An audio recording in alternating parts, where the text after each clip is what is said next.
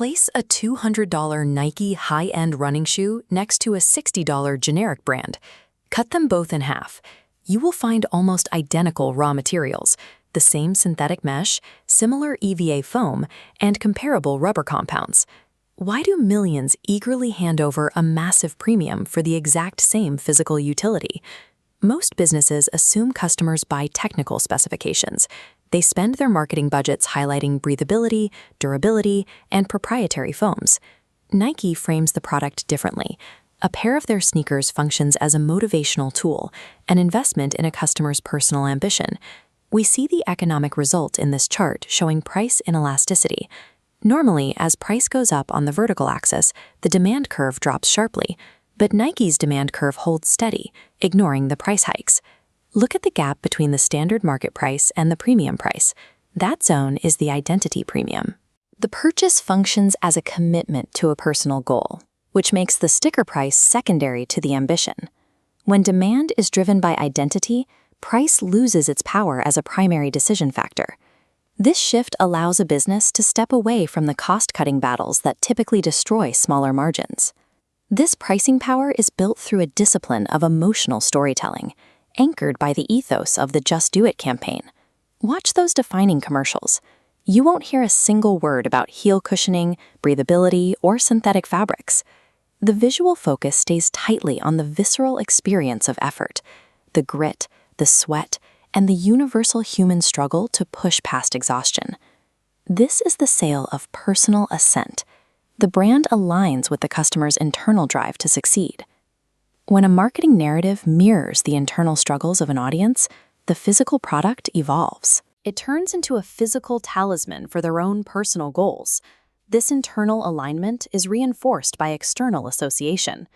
Corporate sponsorships usually involve writing a check to place a logo on a jersey in exchange for baseline visibility. Nike ignores that model. They signed Michael Jordan in 1984 and constructed a narrative around his defiance and athletic excellence. He became a cultural symbol of greatness. They partner with Serena Williams to symbolize resilience, breaking barriers, and openly challenging the status quo of the tennis establishment. This creates a psychological multiplier effect. The elite credibility, status, and cultural weight of the athlete funnel directly into the central brand identity. The consumer internalizes this transfer of value. Lacing up the shoes makes them feel they are stepping into that specific legacy of greatness. Absorbing the aura of cultural icons establishes a status halo. The offerings immediately separate themselves from generic, feature-based competitors. To maintain this level of commitment from a target audience, a brand must eventually confront the risk of social stance. Maintaining a powerful identity requires a refusal to stay neutral on cultural and social issues.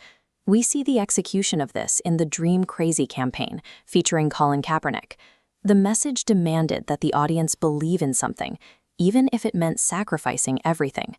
The business logic here is highly calculated.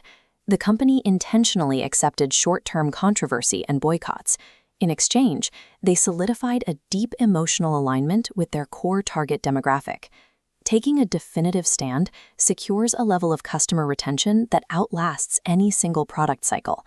If you compete purely on price and technical specifications, you have accepted being a commodity. Any well-funded competitor can eventually reverse engineer your physical product, your software, or your service pipeline.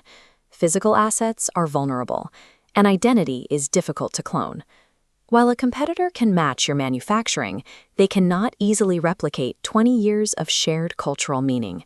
This emotional moat is the exact mechanism that grants a business the leverage to dictate its own premium pricing. Stop selling what your product does. Start selling what your product helps your customer become.